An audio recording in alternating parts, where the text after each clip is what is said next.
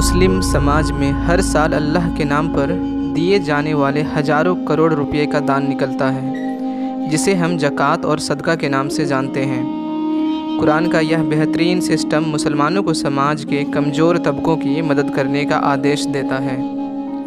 लेकिन फिर भी अगर मुस्लिम समाज में गरीबी जस की तस बनी हुई है, तो सवाल पैदा होता है कि अमीर मुसलमानों की तिजोरियों से ज़कात, खैरात, फित्रे और सदक़े के नाम पर निकलने वाला हज़ारों करोड़ रुपए का दान कहाँ जा रहा है। ये पैसा मुस्लिम समाज को आर्थिक, सामाजिक और शैक्षिक रूप से मजबूत बनाने के लिए क्यों इस्तेमाल नहीं हो पा रहा। चलिए इसे समझने की कोशिश करते हैं। मुंबई में all India council of Muslim economic upliftment से जुड़े डॉक्टर रहमतुल्लाह के मुताबिक देश भर में हर साल करीब 30 से 40 हज़ार करोड़ रुपए की ज़कात निकलती है। लेकिन ज़कात की बड़ी रकम गरीब मुसलमानों तक पहुंचने की बजाय ज़कात माफियाओं के पेट में चली जाती है। ज़कात निकालने वाले अमीर मुसलमान खुश होते हैं कि उन्होंने ऐसा करके अपना फ़र्ज पूरा कर दिया, लेकिन हकीकत ये है कि देश भर में मदरसों से जुड़े लोग यतीम बच्चों के नाम ज़कात इकट्ठा करके ले जाते हैं।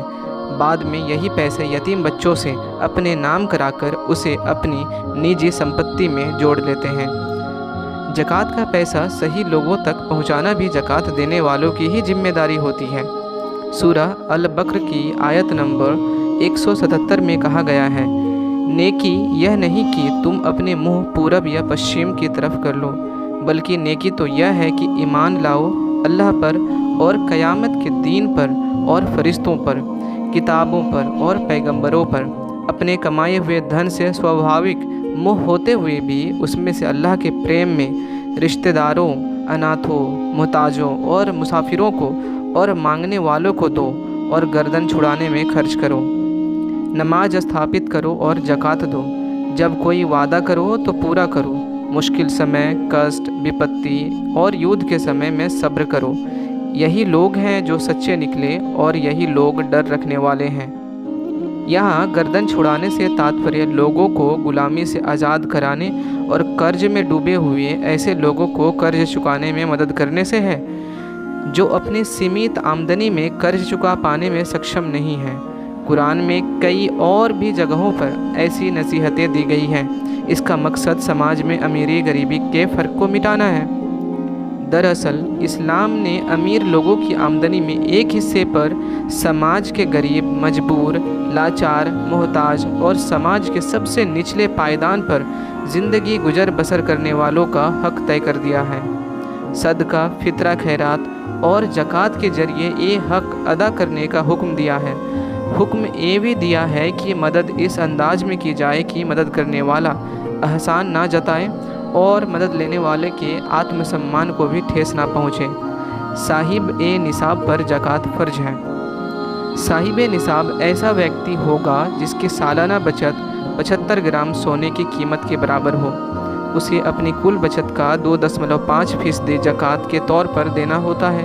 इसका सही तरीका यह है कि अमीर लोग सबसे पहले अपने गरीब रिश्तेदारों की तरफ मदद का हाथ बढ़ाएं, फिर अपने पड़ोसियों और दोस्तों में उन लोगों की मदद करें जो आपकी मदद के मुस्तहिक हैं।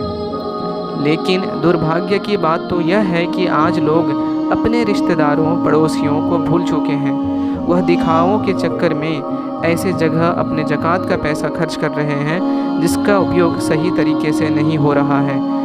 इसके पीछे का कारण सिर्फ यही है कि लोग सवाल करने से डरते हैं। इसी का फ़ायदा उठाकर ज़कात माफिया अपनी संपत्ति को साल दर साल बढ़ाते चलते हैं, और ये भी एक कारण है कि मुस्लिम समाज आगे बढ़ नहीं पा रहा है। ज़कात का पैसा सही लोगों तक पहुंचाना भी ज़कात देने वालों की ही जिम्मेदारी होती है।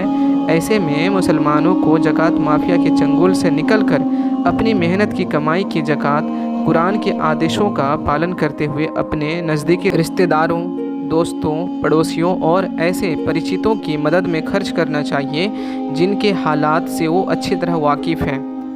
भारत के अमीर मुसलमान अगर अपनी ज़कात को ईमानदारी से सही लोगों तक पहुँचाएँ तो कुछ दशकों में ही मुस्लिम समाज की गरीबी दूर हो सकती है। इससे देश में गरीबी का ग्राफ नीचे लाने में भी मदद मिलेगी।